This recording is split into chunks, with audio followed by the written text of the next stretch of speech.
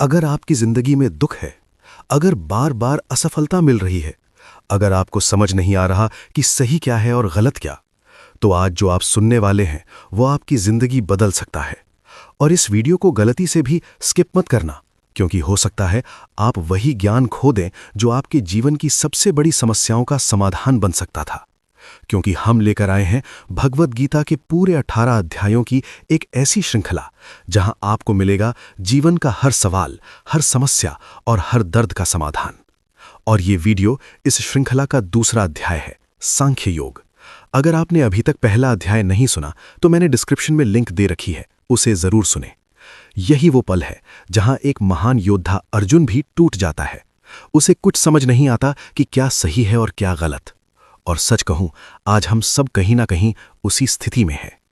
अगर आपने इस ज्ञान को ध्यान से सुन लिया तो आपकी सोच बदलेगी, आपके फैसले बदलेंगे और धीरे धीरे आपकी जिंदगी भी बदलने लगेगी। लेकिन अगर आपने इसे स्किप किया तो शायद आप वही गलतियां बार बार दोहराते रहेंगे। इसलिए अंत तक जरूर सुनिए, क्योंकि यह सिर्फ एक कहानी नहीं है, यह आपके जीवन को सही दिशा देने वाला ज्ञान है। तो चलिए शुरू करते हैं भगवद गीता का दूसरा अध्याय, सांख्य योग। कुरुक्षेत्र की भूमि पर, जहां धर्म और अधर्म का अंतिम निर्णय होने वाला था, अर्जुन अपने रथ पर खड़ा है। उसके सामने उसके अपने ही पितामह भीष्म, गुरु द्रोण, भाई बंधु और प्रियजन खड़े हैं। ये दृश्य देखकर उसका हृदय करुणा से भर उठता है। अर्जुन की आंखों में आंसू हैं, उसका शरीर कांप रहा है और उसका मन पूरी तरह विचलित हो चुका है। वो अपने धनुष को नीचे रख देता है और युद्ध करने से मना कर देता है। इसी अवस्था में भगवान श्री कृष्ण उससे बात करना शुरू करते हैं। श्री कृष्ण कहते हैं, हे अर्जुन, ये मोह और दुर्बलता तुम्हारे जैसे वीर के लिए उचित नहीं है। ये तुम्हें न तो स्वर्ग दिलाएगा और न ही यश। इसलिए इस तुच्छ हृदय की कमजोरी को त्याग कर उठो। अर्जुन उत्तर देता है, हे माधव, मैं अपने गुरु द्रोणाचार्य और पितामह भीष्म पर बाण कैसे चला सकता हूं? ये पूजनीय हैं, इन्हें मारकर मुझे क्या सुख मिलेगा? वो आगे कहता है, भले ही हमें तीनों लोकों का राज्य मिल जाए, फिर भी मैं इनको मारना नहीं चाहता। अपने ही संबंधियों का वध करके हमें केवल पाप ही मिलेगा। अर्जुन पूरी तरह भ्रमित हो चुका है। वो कहता है, मुझे समझ नहीं आ रहा कि मेरे लिए क्या सही है और क्या गलत। मैं आपका शिष्य हूं, कृपया मुझे सही मार्ग दिखाइए। इसके बाद श्री कृष्ण गंभीर होकर ज्ञान देना शुरू करते हैं। वे कहते हैं, तुम उन लोगों के लिए शोक कर रहे हो जो शोक के योग्य नहीं हैं। ज्ञानी व्यक्ति न जीवित के लिए शोक करता है और न ही मृत के लिए। न तो कभी ऐसा समय था जब मैं नहीं था, तुम नहीं थे या ये राजा नहीं थे, और न ही ऐसा होगा कि आगे हम सब नहीं रहेंगे। जैसे इस शरीर में बचपन, युवावस्था और वृद्धावस्था आती है, वैसे ही मृत्यु के बाद आत्मा एक शरीर छोड़कर दूसरा शरीर धारण करती है। ज्ञानी व्यक्ति इसमें भ्रमित नहीं होता। इंद्रियों के विषयों से जो सुख और दुख उत्पन्न होते हैं वे आते जाते रहते हैं, इसलिए उन्हें सहन करना चाहिए। जो व्यक्ति सुख दुख में समान रहता है वही मोक्ष के योग्य बनता है। असत्य का अस्तित्व नहीं होता और सत्य का अभाव नहीं होता। इस सत्य को तत्वज्ञानी समझते हैं। जो इस संपूर्ण शरीर में व्याप्त है वो अविनाशी है, कोई भी उसे नष्ट नहीं कर सकता। ये शरीर नश्वर है, लेकिन इसमें रहने वाली आत्मा अजर, अमर और अविनाशी है। इसलिए युद्ध करो। जो आत्मा को मारने वाला समझता है और जो इसे मरा हुआ मानता है, दोनों ही अज्ञान में है। आत्मा न मारती है और न मारी जाती है। आत्मा न जन्म लेती है और न मरती है। ये अजन्मा, नित्य, शाश्वत और पुरातन है। शरीर के नष्ट होने पर भी ये नष्ट नहीं होती। जैसे मनुष्य पुराने वस्त्र त्याग कर नए वस्त्र धारण करता है, वैसे ही आत्मा पुराने शरीर को छोड़कर नया शरीर लेती है। शस्त्र इसे काट नहीं सकते, अग्नि इसे जला नहीं सकती, जल इसे भिगो नहीं सकता और वायु इसे सुखा नहीं सकती। ये आत्मा अचल, स्थिर, सर्वव्यापी और सनातन है।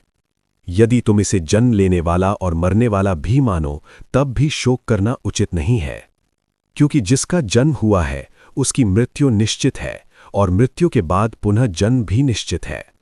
जीव पहले अदृश्य था, बीच में प्रकट होता है और फिर अंत में अदृश्य हो जाता है, तो इसमें शोक कैसा? कुछ लोग आत्मा को आश्चर्य की तरह देखते हैं, कुछ उसके बारे में आश्चर्य से सुनते हैं और कुछ सुनकर भी उसे समझ नहीं पाते।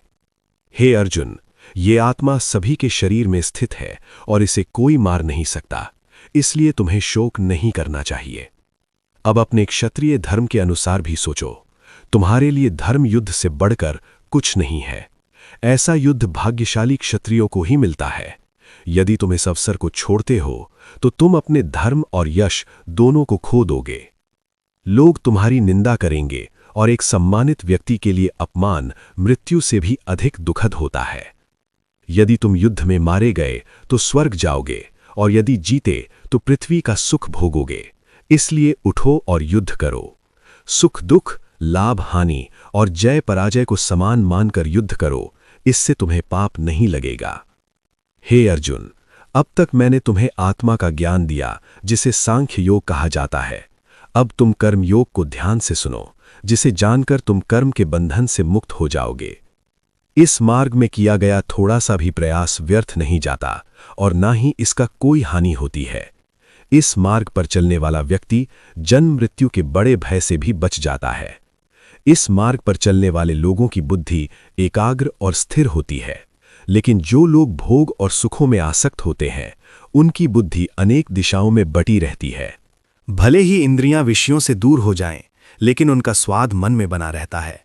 लेकिन जब व्यक्ति परमात्मा का अनुभव कर लेता है, तब ये स्वाद भी समाप्त हो जाता है। हे अर्जुन, ये इंद्रियां बहुत बलवान होती हैं और मन को जबरदस्ती भटका देती हैं, इसलिए उन्हें नियंत्रित करना आवश्यक है। जो व्यक्ति अपनी इंद्रियों को नियंत्रित करके भगवान का ध्यान करता है, उसकी बुद्धि स्थिर हो जाती है। लेकिन जो व्यक्ति बार बार विषयों का चिंतन करता है, उसमें आसक्ति उत्पन्न होती है। आसक्ति से कामना उत्पन्न होती है, कामना से क्रोध, क्रोध से मोह, मोह से स्मृति भ्रम और स्मृति भ्रम से बुद्धि का नाश हो जाता है और अंत में उसका पतन हो जाता है। लेकिन जो व्यक्ति राग और द्वेष से मुक्त होकर इंद्रियों को नियंत्रण में रखते हुए विषयों का उपयोग करता है, वह शांति को प्राप्त करता है।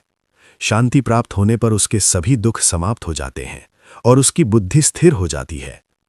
असंयमी व्यक्ति की बुद्धि स्थिर नहीं होती, और जिसकी बुद्धि स्थिर नहीं होती उसे शांति नहीं मिलती, और जिसे शांति नहीं मिलती उसे सुख कैसे मिलेगा?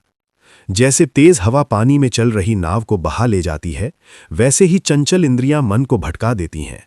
इसलिए हे अर्जुन, जो व्यक्ति अपनी इंद्रियों को सभी दिशाओं से नियंत्रित कर लेता है, वही स्थिर बुद्धि वाला होता है।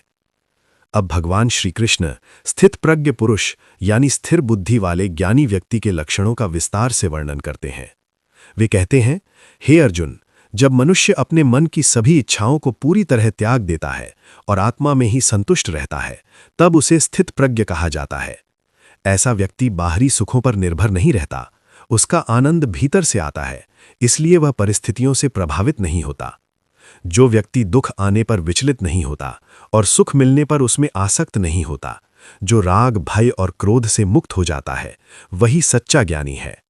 वह किसी भी वस्तु, व्यक्ति या परिस्थिति में अत्यधिक आसक्ति नहीं रखता। शुभ और अशुभ दोनों ही स्थितियों में वह समान भाव बनाए रखता है। जैसे कछुआ अपने अंगों को आवश्यकता पड़ने पर समेट लेता है, वैसे ही स्थित प्रज्ञ पुरुष अपनी इंद्रियों को विषयों से पूरी तरह नियंत्रित कर लेता है। लेकिन जो व्यक्ति इच्छाओं के पीछे भागता रहता है, उसे कभी शांति नहीं मिलती। जो व्यक्ति सभी इच्छाओं को त्याग कर ममता और अहंकार से रहित होकर जीवन जीता है, वही सच्ची शांति प्राप्त करता है। अंत में श्री कृष्ण कहते हैं, हे अर्जुन, यही ब्रह्मी स्थिति है। इसे प्राप्त करने के बाद मनुष्य कभी भ्रमित नहीं होता, और जो व्यक्ति इस अवस्था में मृत्यु को प्राप्त होता है, वह परम शांति को प्राप्त करता है और मोक्ष को प्राप्त हो जाता है। यहाँ पर हमारा दूसरा अध्याय समाप्त होता है। अगर आपको ये वीडियो अच्छा लगा हो तो लाइक, कमेंट और शेयर करें। ऐसे ही वीडियो के लिए चैनल को सब्सक्राइब करें। जय श्री कृष्णा।